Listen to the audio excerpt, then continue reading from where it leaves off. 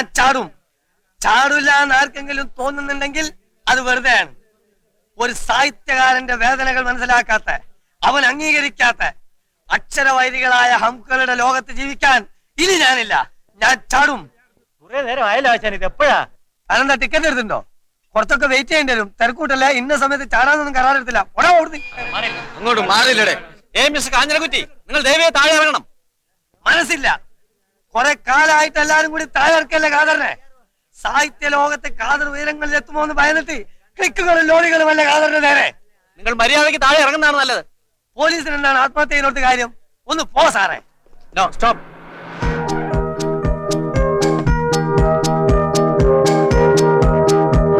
പ്രകാശ്, ചാക്കോച്ചൻ, താൻ എവിടെയാ നോക്കണേ? അവിടെ എന്താ സാർ പ്രോബ്ലം? താഴെ ചാടാൻ തുടങ്ങാണെന്ന്. ഞങ്ങളെ കൊണ്ട് കയറ്റുന്നില്ല. We are waiting for the fire service. ചാടാൻ വരട്ടെ എന്ന് പറഞ്ഞാൽ ക്യാമറ എടുക്കട്ടെ. എന്റെ പ്രശ്നങ്ങളെല്ലാം അറിയുന്ന നിങ്ങളും സമയത്തിന് തന്നെ വന്നത് വളരെ നന്നായി. സാറേ, ഞങ്ങൾ തമ്മിൽ അങ്ങനെ വലിയ ബന്ധമൊന്നുമില്ല കേട്ടോ. കാവേ, മണ്ടത്തിന് കാണിക്കാതെ താഴെ ഇറങ്ങ്. ഇല്ല, എന്റെ ഉള്ളിലെ നീറുന്ന പ്രശ്നങ്ങൾ. എല്ലാ പ്രശ്നങ്ങൾക്കും പരിഹാരം ഉണ്ടാക്കാം. ഉറപ്പുണ്ടോ? ആ, ഉറപ്പാണ്. ഇല്ല, പോലീസുകാർ എനിക്ക് വിശ്വാസമില്ല. എന്നാ താൻ ചാടോ? അങ്ങനെ ചാടിക്കാൻ നോക്കണ്ട. ഞാൻ തോന്നിയതുപോലെ ചെയ്യും. ചാടിയില്ലേ തന്നെ വെടിവെച്ച് താഴെ ഇടും. ഇന്ന് വെടിവെച്ചിട്ട് സാർ കൊച്ചോ.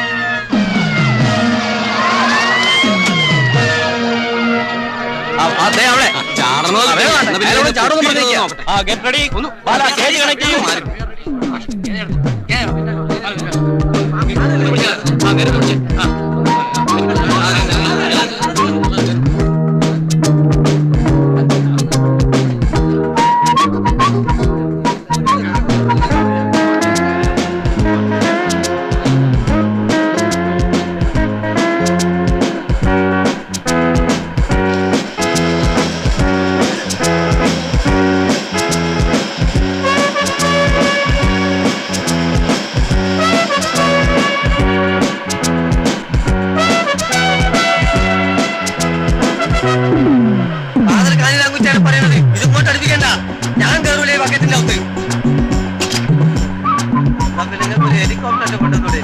എത്ര ഉപകാരം ഉണ്ടായി.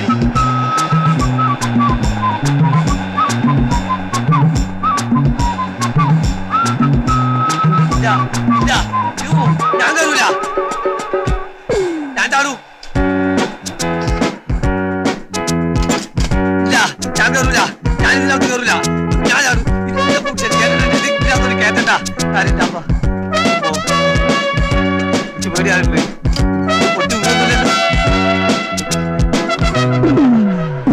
തലയിട്ടുണ്ട്. ഞങ്ങളെ വിശ്വസിച്ച് കയറിയതാട്ടോ. അപ്പോ കുറച്ചോടെ മെല്ലെ മെല്ലെ കുലുക്കിക്കൊണ്ടല്ലേ ബാറ്ററിന്റെ മുകളിൽ ഇറങ്ങിയ ചിലപ്പോ നല്ല സുഖം. ഇങ്ങനെ മുകളിലൊക്കെ പോയിട്ട് വരിക. ഞാൻ ഇറങ്ങൂല. ഇറക്കണ്ട, ഞാൻ ഇറങ്ങൂല. ഒരു സാഹിത്യകാരന് ഒരു വളർച്ചയില്ലാത്ത സ്ഥലമാണ് ഇവിടെ.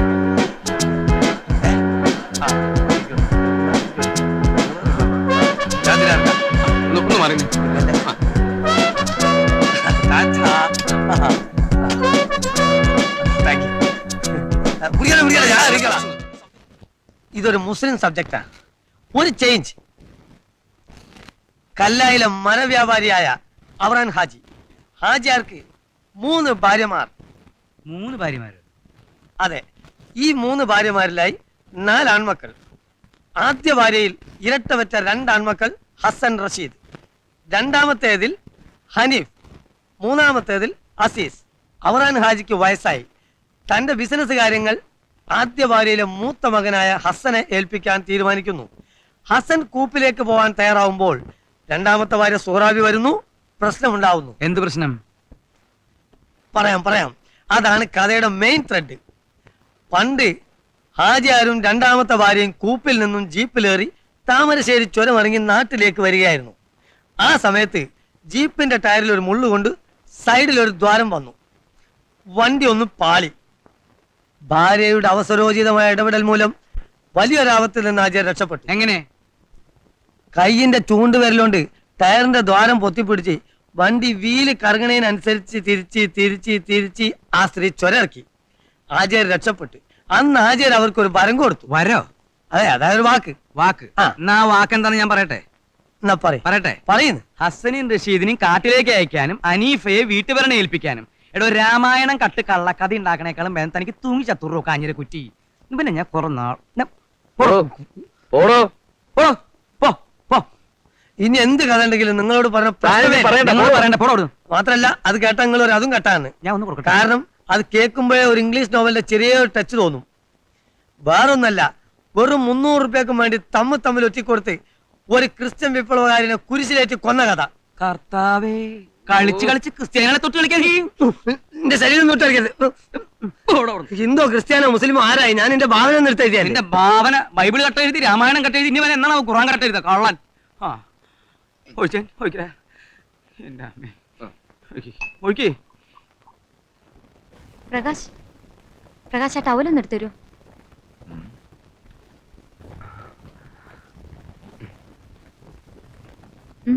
താ.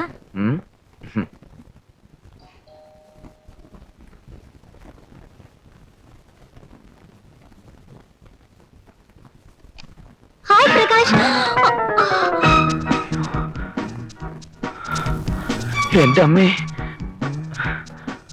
പ്രകാശ്, ആരാ അവിടെ?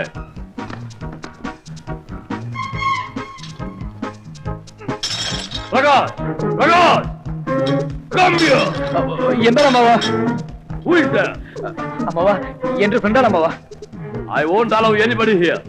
നിനക്കറിയാൻ പാടില്ലേ? പോകാൻ പറ അവനെ. അമ്മാവ, എന്റെ ഒരു സുഹൃത്തു കൂടിയാണ് അമ്മാവൻ. അറിയാതെ വിട്ടുപോയതാ. അറിഞ്ഞോ അറിയാതെയോ ഒരാളും ഈ വീട്ടിൽ വന്നുകൂടാന്ന് പറഞ്ഞിട്ടില്ലേ നിന്നോട്? I will shoot him. Where is my gun? എന്റെ തോക്കവിടെ. അമ്മാവ, തോക്കെടുക്കരുത് അമ്മാവ. അമ്മാവ, അവൻ അറിയാതെ വന്ന് പെട്ടുപോയതാ. മേലാലും ആവർത്തിക്കില്ല അമ്മാവ. നിന്നോട് ഫസ്റ്റ് വാർണിംഗ് അല്ല, പരമാവശ്യം പറഞ്ഞിട്ടുണ്ട്. പ്രകാശ്, അമ്മാവ, സാധനങ്ങൾ ഉടക്കരുത്. അമ്മാവ പ്ലീസ്, ഈ ഒരു പ്രാവശ്യം കൂടെ ക്ഷമിക്കും അമ്മാവ. ഈ പ്രാവശ്യം ഞാൻ ക്ഷമിച്ചിരിക്കുന്നു. മേലെ ഇങ്ങോട്ട് വരരുതെന്ന് പറയണം. ഓ ശരി അമ്മാവ.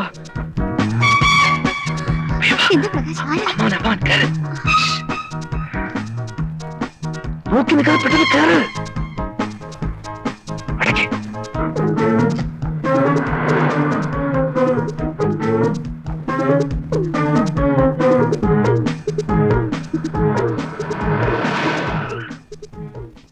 ദൈവഭാഗ്യം, വെറും ദൈവഭാഗ്യം ഒന്നുകൊണ്ട് മാത്രമാണ് കൃഷ്ണൻ രക്ഷപ്പെട്ടത്. ജസ്റ്റ് ഫ്രാക്ഷൻ ഓഫ് സെക്കൻഡ് തെറ്റിയിരുന്നെങ്കിൽ എന്ത് സംഭവിക്കുമായിരുന്നു? ആഹാ, അപ്പൊ കഥകളൊന്നും അറിയില്ലല്ലേ? പട്ടാളത്തിൽ പോയി വട്ടളകിന്റെ അമ്മാവൻ കേട്ടില്ലേ അവിടുത്തെ ബഹളങ്ങള്? 2 ലോഹമായുധങ്ങൾ കണ്ട് ചീറിപ്പാഞ്ഞ് വരുന്ന വെടിയുണ്ടകൾക്ക് നേരെ നെഞ്ചു വിരിച്ചു കാട്ടി. തോക്കുകൾ കൊണ്ട് മാത്രം കഥ പറയുന്ന അമ്മാവന്റെ മുമ്പിൽ നിൽക്കാൻ ഞങ്ങൾ പോലും വിറയ്ക്കും. തലനാരിയുടെ വ്യത്യാസം കൃഷ്ണൻ രക്ഷപ്പെട്ടത്. എന്റെ ലൈഫിന്റെ ട്രാജഡിയാണത്. മനുഷ്യത്വം തൊട്ട് തെറിച്ചിട്ടില്ലാത്തൊരു മൃഗം. എന്നെ കാണാൻ ആരും വരുന്നു പുള്ളിക്ക് ഇഷ്ടമല്ല. 24 മണിക്കൂറും fit.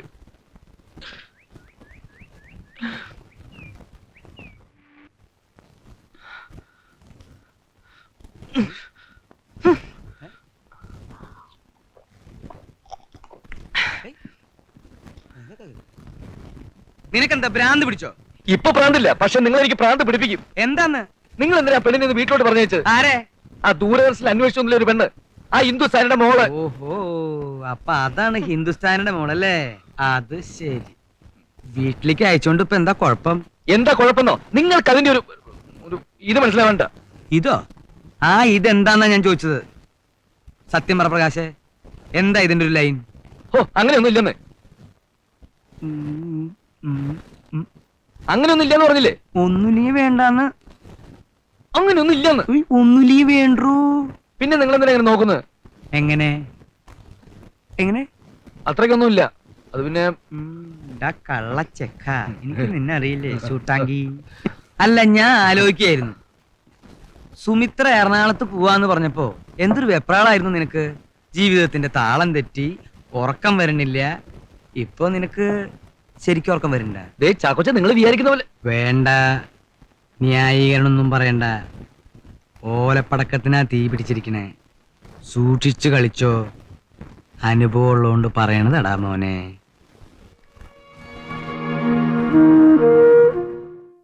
May I come in? ചാക്കോച്ച, നിങ്ങളല്ലേ പറഞ്ഞ ഇപ്പൊ TV സീരിയലിന് നല്ല സ്കോപ്പ് ഉണ്ടെന്ന്? ഒരെണ്ണം കൊണ്ടുവന്നാൽ തട്ടിക്കളയാമെന്നും. ഞാൻ ഒരെണ്ണം കൊണ്ടുവന്നിട്ടുണ്ട്. എനിക്കാണ് തീരെ നേരമില്ല. പിന്നെ വന്ന സ്ഥിതിക്ക് ഒന്ന് വായിച്ചേക്കാം. ചാക്കോച്ച ഞാൻ പിന്നെ വരാം. എന്നെ ഒറ്റയ്ക്കാക്കിട്ട് പോരുത്. സീൻ നമ്പർ 1 പകൽ. ദൃശ്യം തുടങ്ങുന്നത് വിശാലമായ ഇവിടെ വായിക്കണ്ട, ചുരുക്കി പറഞ്ഞാ മതി. മതിയല്ലേ? മതി. ഞാനും അത് ആലോചിച്ചു. പിന്നെ നിങ്ങൾക്ക് ഷൂട്ടിങ്ങിന് വർക്കൗട്ട് ചെയ്യണമെന്നുണ്ടെങ്കിൽ ഡീറ്റെയിൽ ആയിട്ട് ആയിക്കോട്ടെ എന്ന് വിചാരിച്ചു പറഞ്ഞതാ. ഊണിലും ഉറക്കത്തിലും ചാക്കോച്ച എന്റെ മനസ്സിൽ ഒരു വിങ്ങലായി, ഒരു മധുരിക്കുന്ന വ്രണമായി ഈ കഥ കുടിയിരിപ്പ് തുടങ്ങിയിട്ട് കാലം കുറയായി. ഉദ്ദേശം എത്ര കാലമായിട്ടുണ്ടാവും? വർഷങ്ങളോളമായി. കടൽ, ആഴി, അലയാഴി, കടലമ്മയെ ആശ്രയിച്ച് ജീവിക്കുന്ന പാവപ്പെട്ട ഒരു പറ്റം മുക്കുവരുടെ കഥയാണ് ഞാൻ ഇവിടെ ആവിർഭാവനം ചെയ്യുന്നത്. അവരുടെ കൂട്ടത്തിൽ ഒരു തൊഴിലാളിയാണ് അച്ചൻകുഞ്ഞ്. അച്ചൻകുഞ്ഞിന്റെ 17 വയസ്സ് പ്രായമായ സുന്ദരിയായ ഒരേ ഒരു മകളാണ് എൽസമ്മ. ഈ എൽസമ്മയെ പ്രാണന് തുല്യം സ്നേഹിക്കുന്ന സുമുഖനും സുന്ദരനുമായ ഒരു ചെറുപ്പക്കാരൻ അഷ്റഫ്.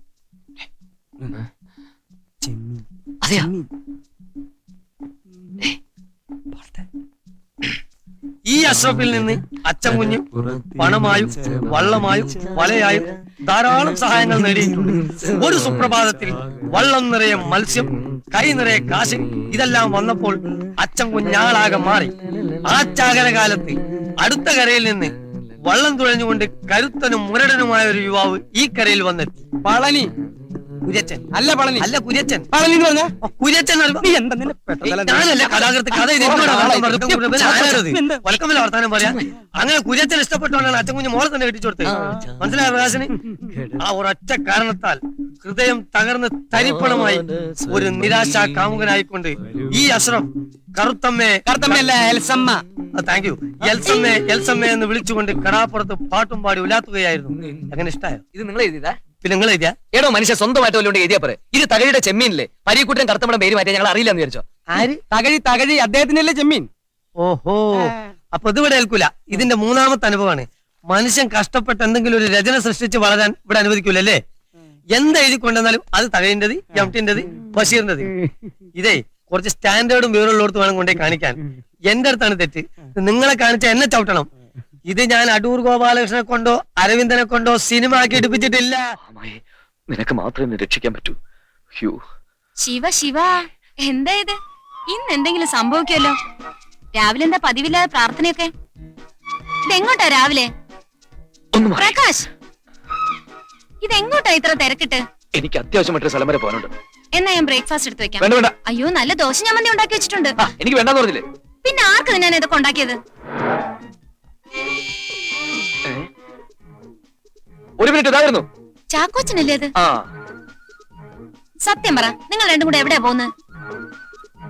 സത്യം പറഞ്ഞേക്കാം, ഞങ്ങളൊരു കല്യാണത്തിന് പോവാ. അയ്യേ, കല്യാണത്തിന് ഈ വേഷത്തിലാ പോകുന്നത്? 4 ആള് കൂടുന്നിടത്ത് ഞാൻ ജുബയും പെണ്ണും കെട്ടി തന്തയാവാറായി. ഇനി ആര് കാണാനാ മോളെ? പ്രകാശ്, മറ്റുള്ളവരുടെ കല്യാണത്തിന് നിങ്ങൾക്ക് എന്താ അത്ര തിരക്ക്? മുഹൂർത്തം തെറ്റുന്നതിന് മുമ്പ് എനിക്ക് എവിടെ എത്തണം? പ്രകാശ് നിക്ക്, ഒരു കാര്യം പറയട്ടെ. നീ എന്തിനാ എന്റെ പുറകെ കിടന്നിങ്ങനെ ഓടുന്നത്? നിന്നോട് ഡോക്ടർ റെസ്റ്റ് ചെയ്യണമെന്നല്ലേ പറഞ്ഞിരിക്കുന്നത്? അതുകൊണ്ടല്ലേ വീട്ടു ജോലികളൊന്നും ചെയ്യേണ്ടെന്ന് പറഞ്ഞ് നമ്മളോട് ജോലിക്ക് ആളെ നിർത്തിയിരിക്കുന്നത്? അതിനിപ്പോ ഇവിടെ എന്ത് സംഭവിച്ചു? അതല്ല മോളെ, നമ്മുടെ മോൾക്ക് എന്തെങ്കിലും സംഭവിച്ചല്ലോ. നീ റെസ്റ്റ് എടുക്ക. ശരീരം ഇണങ്ങുന്ന പണിയൊന്നും ചെയ്തൂടാ.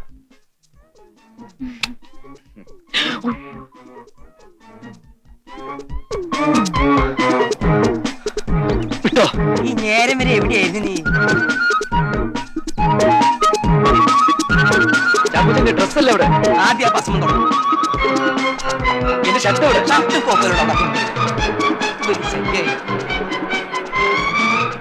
ഒന്ന് നേരെ നോക്കി ഓടിക്കോ. ചാക്കോച്ച പെട്ടെന്ന് വിട്. പെട്ടെന്ന് വിട്ട് വല്ലവരും നെഞ്ചത്ത് വണ്ടി കയറിയാ ഞാൻ ജയിലിൽ പോണ്ടേ? മുഹൂർത്തം തെറ്റും. നിങ്ങളൊന്ന് നേരെ നോക്കി വണ്ടി ഓടിക്കും. പെട്ടെന്നാവട്ടെ. വേണമെങ്കിൽ ഡ്രസ് മാറരുത്, എന്നെ ഭ്രാന്ത് പിടിപ്പിക്കരുത്.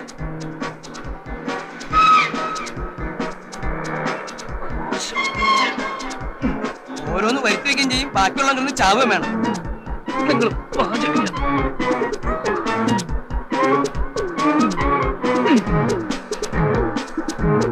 പെട്ടെന്ന് വേഗം വിടല്ലേ ചാക്കോച്ച. രാത്രി അടുത്ത് അവിടെ പോയി കാണും. ഒന്ന് വേറെ മാപ്പിളെ. മാലയുടെ മാല.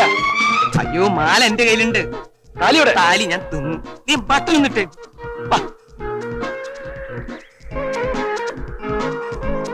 ഒന്ന് വേഗം നടക്കണോ?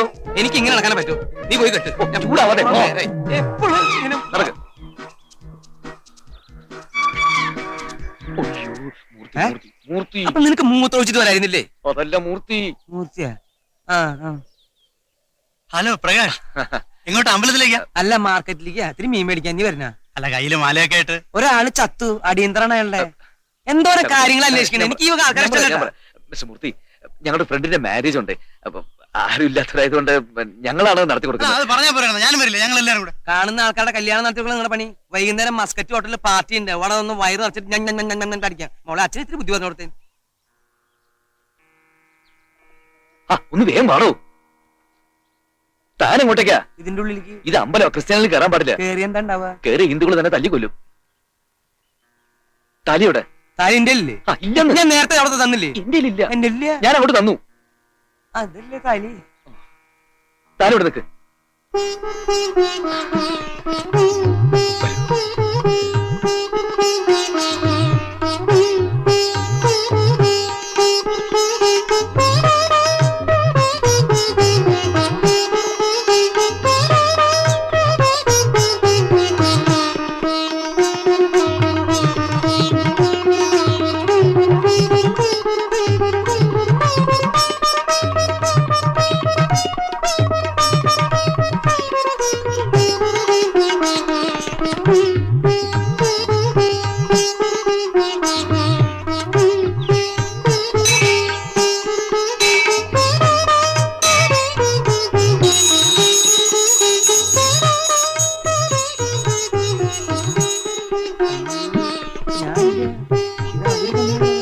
നമുക്ക് എന്ത് കാര്യം പാവം.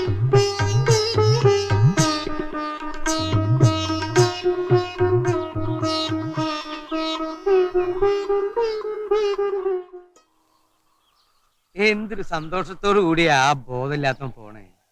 ഇത് എങ്ങനെ അവൻ രണ്ടെണ്ണത്തിന് മാനേജ് ചെയ്യും? ഇതൊരു അടിപൊളി നടക്കും, ഉറപ്പാ. Prakash, Prakash, please help me. Come here Prakash, please help me Prakash. എന്ത് പറ്റിയാ കൊച്ചാ? വാ. ഇതെന്ത് പറ്റി? എന്ത് പറ്റിയെന്നോ? പറ്റിയത് എനിക്കല്ല, നിനക്കാ. നീയല്ലേ പറ്റിച്ചത്. എന്തിന്റെ പുറപ്പാടത്? ചളവാക്കരുത്.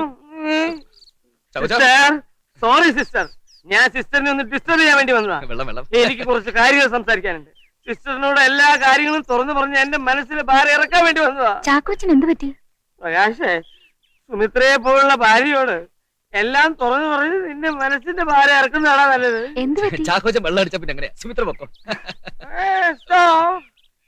കൃഷ്ണ. കൃഷ്ണയോ? Krishnakumar, house owner Krishnakumar. ഇവർ തമ്മിൽ കുറച്ച് പ്രോബ്ലംസ് ഉണ്ട്. ഇപ്പൊ എങ്ങനെ ഉണ്ടത്? ആ കാര്യങ്ങളൊക്കെ ഞാൻ തീർത്തു.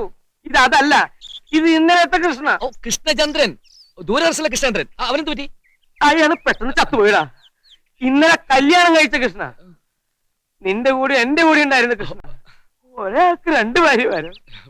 ദൈവം പൊറുക്ക പോകളെ. ഞാൻ പോവാൻ തന്നെ വന്നത്. ഞാൻ ഈ ലോകത്ത് പോവാനാണ് വന്നത്. സിസ്റ്റർ, ഞാൻ തെറ്റ് ചെയ്തു. ഞാൻ ഈ നിൽക്കുന്ന പ്രകാശ് എല്ലാം മറച്ചു വെച്ചെന്ന് എനിക്ക് മനസ്സിലായി. സിസ്റ്ററിന് കേൾക്കണോ?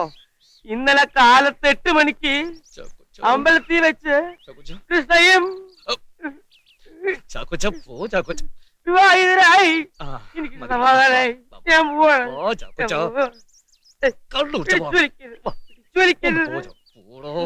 നീ വരുന്നുണ്ടോ എന്റെ കൂടെ?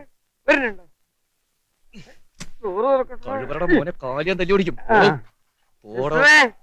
അങ്ങനെ വിവാഹം കഴിയൂ. ഇനി ഞാൻ പോവാ. ഞാൻ വരൂട്ടെ 2 അടിച്ചിട്ട്.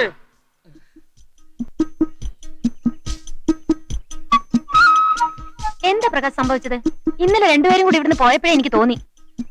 ആഴ്ചകളും മാസങ്ങളും ജോലി ചെയ്ത് മടങ്ങിയെത്തുന്ന ചാക്കോച്ചനെ കാത്തിരിക്കുന്ന അയാളുടെ ഭാര്യ ഫാമിലി ലൈഫ് സാറ്റിസ്ഫൈഡ് അല്ല. ഇന്നലെ ചാക്കോച്ചൻ മറ്റൊരു പെണ്ണിനെ വിവാഹം കഴിക്കാൻ നിർബന്ധിതനായി. ഈ വിവരം നിന്നോട് പറയരുതെന്ന് ചാക്കോച്ചന് നിർബന്ധമുണ്ടായിരുന്നു. അതുകൊണ്ടാണ് ഞാൻ ഇന്നലെ പോയപ്പോ നിന്നോടൊന്നും പറയാതിരുന്നത്. പാവം, മദ്യത്തിന് അടിമയാവാതിരുന്നാ മതിയായിരുന്നു. കഷ്ടമുണ്ടല്ലേ?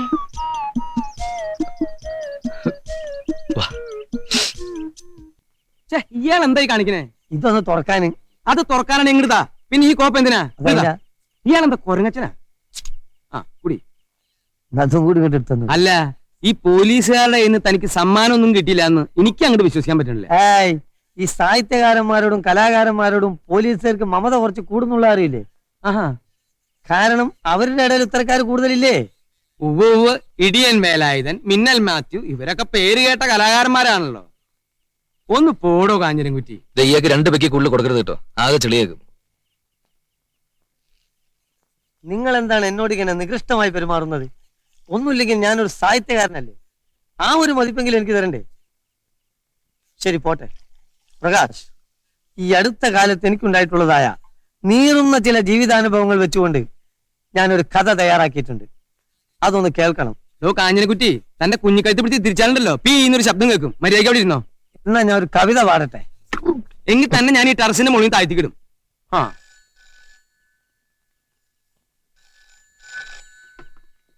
ഹലോ, ആ സുമിത്രയാ? ആ ഇതാ വരുന്നു. ചാക്കോച്ച, സുമിത്രയാ. അമ്മായിയപ്പൻ പുരുഷോത്തം പിള്ള MP വന്നിരിക്കുന്നു. ഞാൻ അങ്ങോട്ട് ചെല്ലട്ടെ. നാളെ കാണാം. അപ്പോഴേ ഒരു 50 റുപ്പീസ് വന്നിട്ട് പോണം. തനിക്കിങ്ങനെ ഇറക്കാൻ നാണക്കെടുന്നില്ലടോ. നാണക്ക് നീ ചോദിക്കോ, കൊടുക്കടാ. സാഹിത്യകാരന്മാർക്ക് ഇന്ന ആളോട് വാങ്ങരുതെന്നൊന്നുമില്ല. താങ്ക്സ്. ഓക്കെ. എന്താ ചാക്കോച്ച, ഒരു പെക്കൂടെ ഒഴിച്ചാട്ടെ? അയ്യടാ, വേണമെങ്കിൽ ഒഴിച്ച് കുടിക്കടോ. ഇനി എന്താണ് വേണ്ടത്? അവളുടെ സാരി.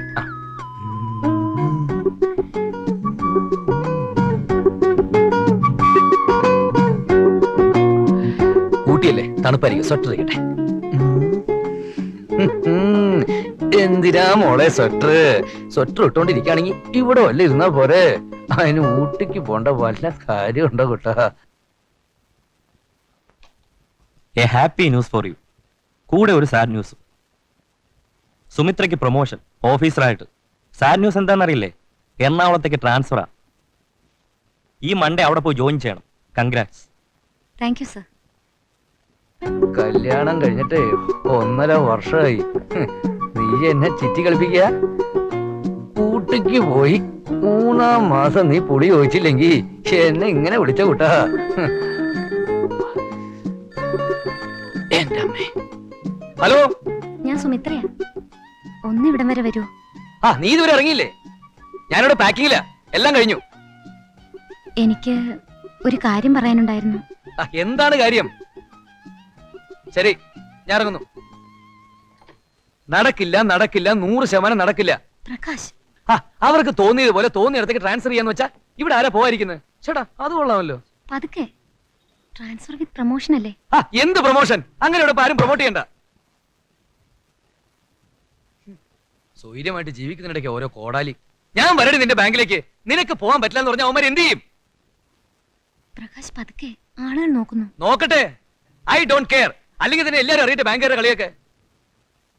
എന്താ ഇത് മനസ്സിലാവുന്നിട്ട് ചോദിക്കുക? ഓഹോ, തനിക്ക് മനസ്സിലായില്ലേ? ഞാൻ മനസ്സിലാക്കി തരാം. തനിക്ക് എന്താ അറിയേണ്ടത്? ഞങ്ങൾ തമ്മിൽ ചില ഫാമിലി പ്രോബ്ലംസ് ഉണ്ട്. തനിക്കത് അറിയണമെന്നുണ്ടെങ്കിൽ ഇവിടുന്ന് കേക്ക്, അല്ലെങ്കിൽ താൻ പോറോന്ന്.